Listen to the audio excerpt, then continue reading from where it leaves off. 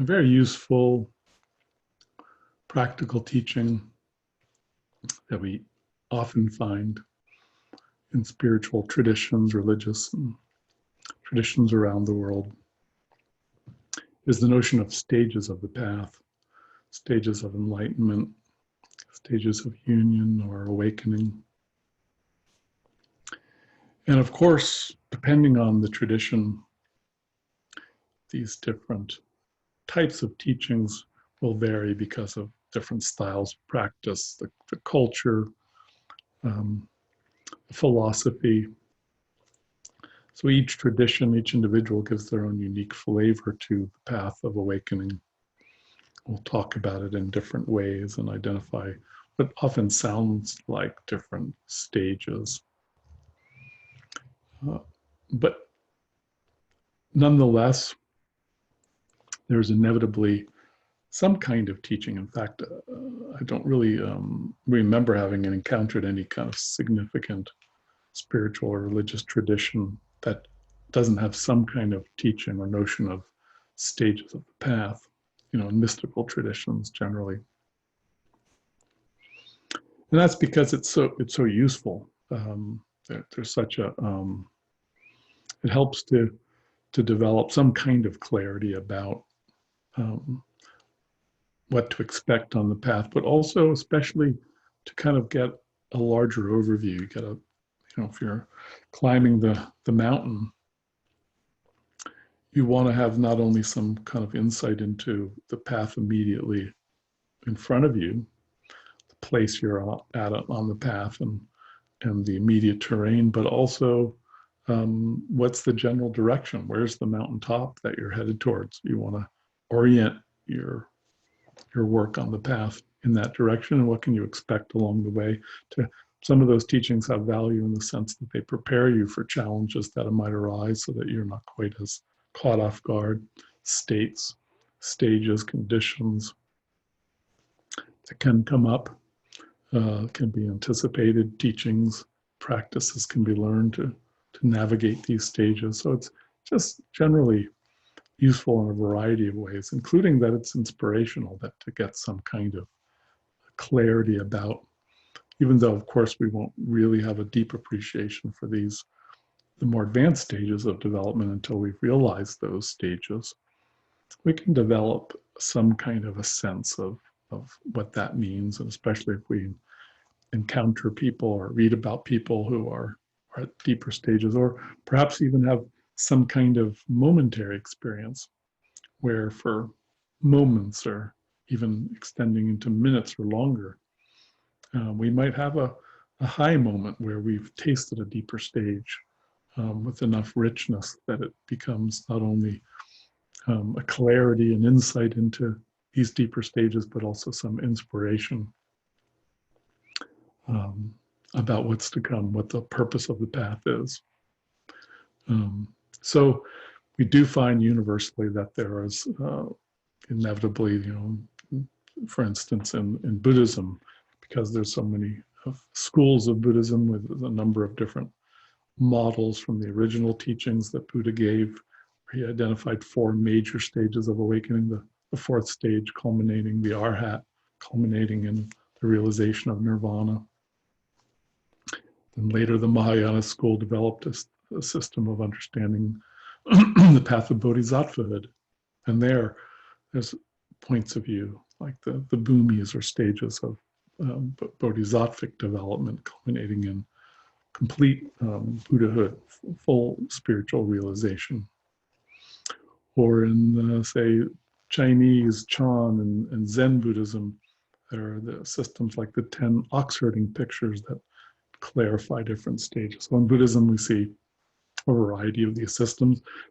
Similarly, in other expansive traditions like Hinduism, of course, there'll be inevitably a variety of different systems. Kundalini Yoga with its emphasis on chakras and delineation of different stages based on those. Or we find in systems like Vedanta, there are the Sapta Jnana, or the 7 stages of wisdom in various schools, from Kashmir Shaivism to Ashtanga Yoga, Raja Yoga, and so on. Each of these has sort of an understanding of different stages of the path. In the Sufi tradition, we have teachings like the stations of the soul. In the Saint tradition, which is part of the Sikh, the mystical teachings of the Sikh tradition, there are stages of the path that we find. Or in Taoism, in the Native American traditions, around the world, there's many different. In my own explorations, I originally encountered specific teachings, but probably the one that kind of most strongly helped lay a foundation, one of the main early ones that I studied, was the Buddhist notion of 4 stages of enlightenment.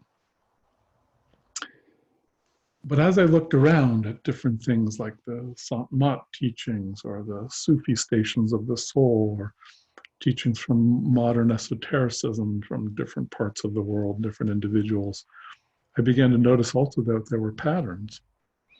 So as I evolved my own understanding of these stages of enlightenment, perhaps the 2 main sources of understanding were, of course, my own experience, both in terms of just stages of growth that I've observed during the course of my life, but also particular turning point moments that I've been through. And so there's a certain foundation and personal experience there. But the other is, of course, just exposing myself to a variety of different teachings and traditions, which has had a number of different values. One is that each individual definitely has their own style, so we bring our own uniqueness to our experience of the path. So when we expose ourselves to other traditions, we'll notice that there's other ways that people can experience those stages. They're not. It's not always the same qualities that we emphasize. The practices, the realizations we have, will be influenced by our philosophy and the tradition or the style of practice and so on, and certainly our own unique characteristics. So to study a broad exposure to different traditions helps to kind of get a richer understanding of the path and to recognize stages and different kinds of people and different approaches to the path. But the other thing that's powerful and illuminating about exposure to a variety of teachings is that I've found that it seems to me, I feel like that we can see that there's a kind of deep structure, you might say, to human nature and therefore to the path, so that in spite of differences, in spite of what particular practices we might be following and so on, there's still an underlying commonality. So on the surface, there may be these differences, but we can find this deeper underlying universal structure or nature to the path of spiritual development. So I feel that it's possible to evolve a system, a vision of spiritual understanding that's more universal, that's more global, that ultimately can incorporate understanding a variety of approaches within one vision, as long as it's adaptable enough and universal enough in its core understanding to recognize and accommodate the differences of approach. So although I began my own journey in this life by being exposed to and being illuminated and inspired by certain particular teachings, notably Buddhism, Hinduism, and some modern schools of esotericism, I've noticed that not only is it enriching to continue to expand and see perspective through the eyes of different traditions, but also that generally I've been able to find a common root, so that again, it doesn't seem like some completely alien approach. It helps to reveal this deeper underlying vision. So part of what I'm sharing in my approach to the path and these kinds of teachings is kind of a spirit of moving towards that more universal approach, one that reveals these underlying patterns and yet at the same time, helps to um, to understand the path in a way that helps us to make a practical application to our own personal approach, and to illuminate where we are at in the path, what practices are most suitable to that stage of development, what kind of teachings and perspectives are most suitable. It's a common practice, unfortunately, that people can become exposed to more advanced stages. And in a sense, kind of try to simulate a stage that's perhaps too advanced for where they actually are on the path. And so they will work with perspectives, philosophies, and practices that actually aren't compatible with the stage they are. And this is, I think, part of the value in having a rich understanding of the path. Certainly there's dangers. Any kind of practice, any kind of perspective, any spiritual teachings can be misapplied, can be misunderstood. But so that's a challenge with spirituality in general. Certainly with a notion like stages of the path, there's sort of potential dangers of use of a teaching like that. But in a sense, and perhaps not any more so than any other aspect of the path, it's a universal issue that we need to approach teachings and practices with skill and wisdom to apply them in a wise and safe, appropriate way. So that's certainly true of this practice. But in fact, I think a rich understanding of stages of the path can actually help to offset some of the issues of such a teaching, because some of the ones that are more, some of the approaches to understanding the path that are most likely, I think, to be abused are overly simple ones that kind of construe the path in sometimes worst case scenarios in a sort of black and white way, where it's sort of like either you're awakened or you're not type of thing. When we see the path in such simple terms, then particular kinds of awakening experiences, breakthroughs, or types of states that might arise, if we think of the path in simple black and white terms, it's kind of forcing us to choose to, well, either that experience I had or this stage that I've attained is either getting it or it isn't. And that can lead to people thinking that they've attained deeper states of realization than they have, and there's obviously problems with entering into that state of mind.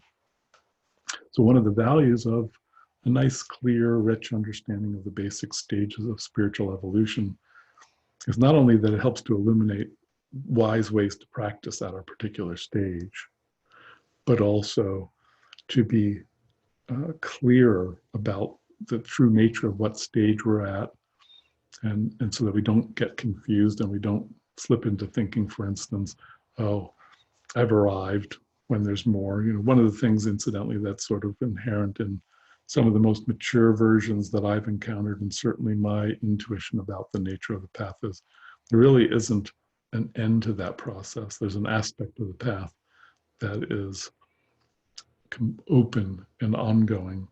So there are certain important stages, like you can attain a stage, for instance, they've attained a basic state of liberation or inner peace, a deep and integrated sense of realization of the interconnectedness of all beings, of all life.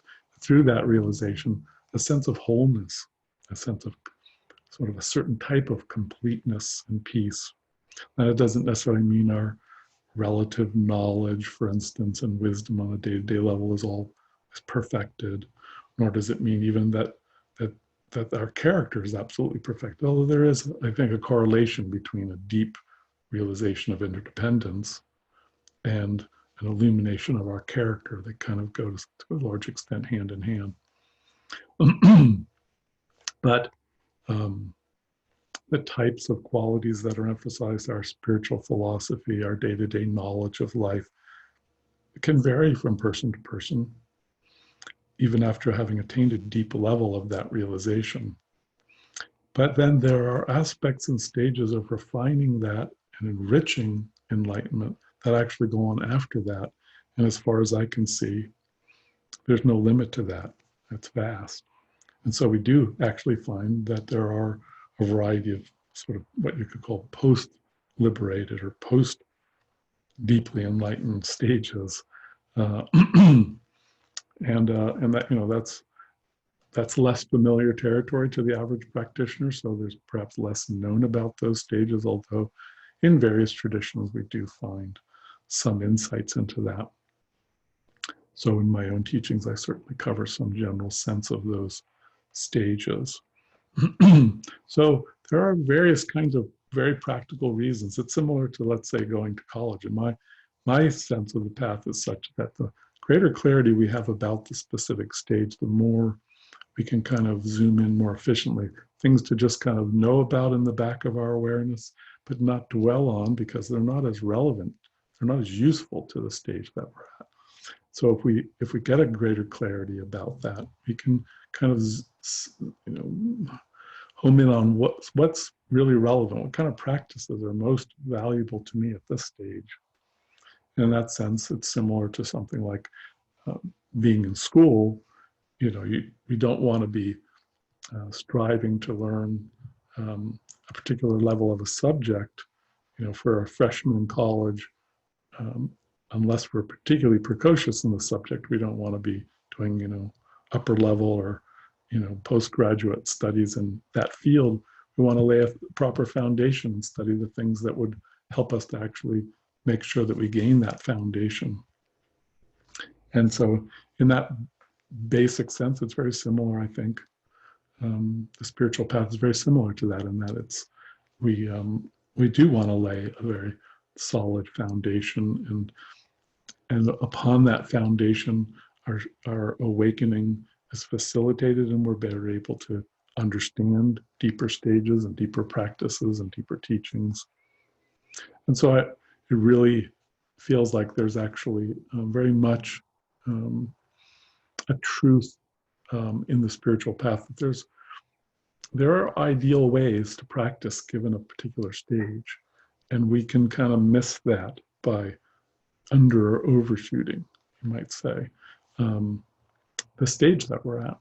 So all of that is part of the power and clarity, the value of teachings about the stages. And we see very rich versions of that in many traditions, from the, you know, Kundalini and Tantric yoga traditions of India to Tibetan Buddhism, Taoist practices. The richer the tradition, the more likely they are to acknowledge not only a rich understanding of various stages, but a real sort of spiritual science and art of adapting practices and teachings to individuals at specific stages to optimize their spiritual growth. So for these reasons and many others, actually, the teachings on the stages actually can play a very powerful role in enhancing our spiritual growth, from the simple reality of sort of giving us a basic sense of the path, which is at the heart of why we even engage in practice with some kind of aspiration to deeper spiritual maturity, to a very practical clarification of how to practice in a wise and skillful way throughout the various stages of the path.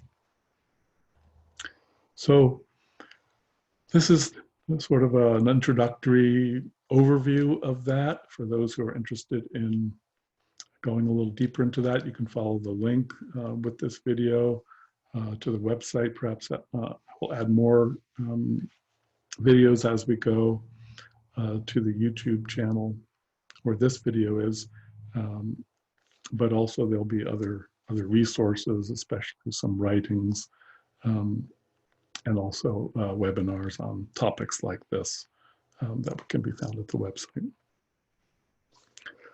Thanks for joining me.